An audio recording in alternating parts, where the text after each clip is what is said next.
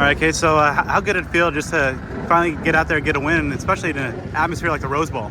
Yeah, no, it definitely felt good going back to my home state, California. It felt good. Somewhere, I've always dreamed about playing, and especially got to kick out to left tackle, so that was fun, and we got the win. Yeah, obviously, you have that versatility. It takes reps at center, starts at guard, then kicking out. What was that experience like, just playing left tackle against a defensive front that's got some dudes? Yeah, no, it was definitely fun. A little stressful, getting back into it after a few years. It took me a few practices, but once I got out there and got into the flow of the game, I felt good. What's it been like just this season? Obviously, so many injuries, just like specifically on the offensive line. Just how you and the guys have kind of dealt with it as a unit, kind of the ups and downs, and just kind of the week-to-week differences. Yeah, no, we're definitely really resilient. Every single week there's something new or something happening, someone getting hurt, and these aren't muscle strains or small injuries. People are out for the season. So we're just fighting every single time we come out here, and we're doing whatever we can. What's it been like to see Coach Tuatele just kind of lead this room against so much adversity and the obstacles, and kind of keep everything together and keep the standard of play high? Yeah, no, he's definitely staying on top of us. He's hard on us during the week, because then when we go into the game and everything's going crazy, we're down on bodies. It's a super relaxed atmosphere for us. And he does that every week for us, and he gets us ready for sure. All right, so the swinging gate formation obviously caught a lot of attention. What is that like from an offensive lineman's perspective? Yeah, no, it's definitely fun.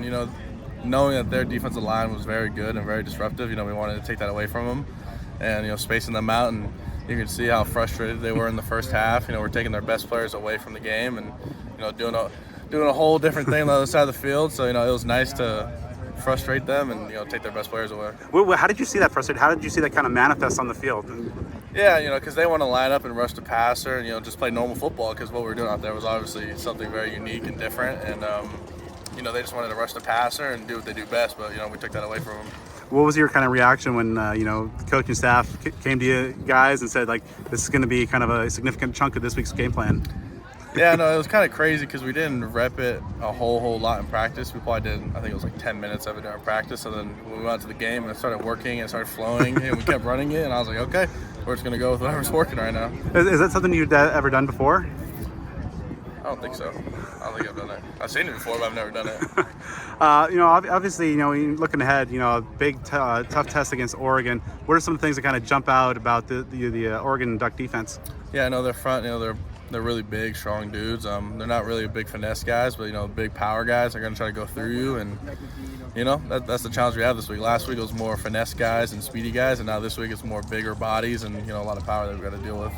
What are some of the kind of the goals that you want to accomplish? Yourself, but just these last 2 weeks.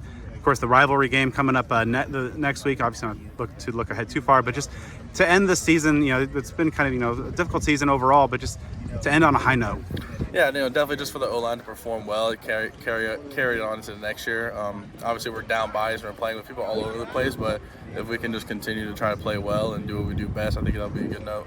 How do you think that this, going through a year of adversity, injuries, just kind of the ups and downs, that everything that this team has had to go through, what kind of lessons have you been able to draw from that? I feel like there's so many. Every single week there's a new guy going out, new positions, and you got to really learn how to be.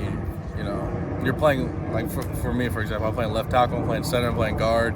You got to be very comfortable all over the place. You got to know the plays all over the place, and then you got to get in the rhythm with new guys. You're playing next to new guys every single week, and it takes a few practices to get that bond together and that feel. And we got a group of really resilient guys here. How do you think that kind of sets the stage for the future of just having that versatility, having to go through for looking ahead to next season, how this Sun Devil team will be more well equipped?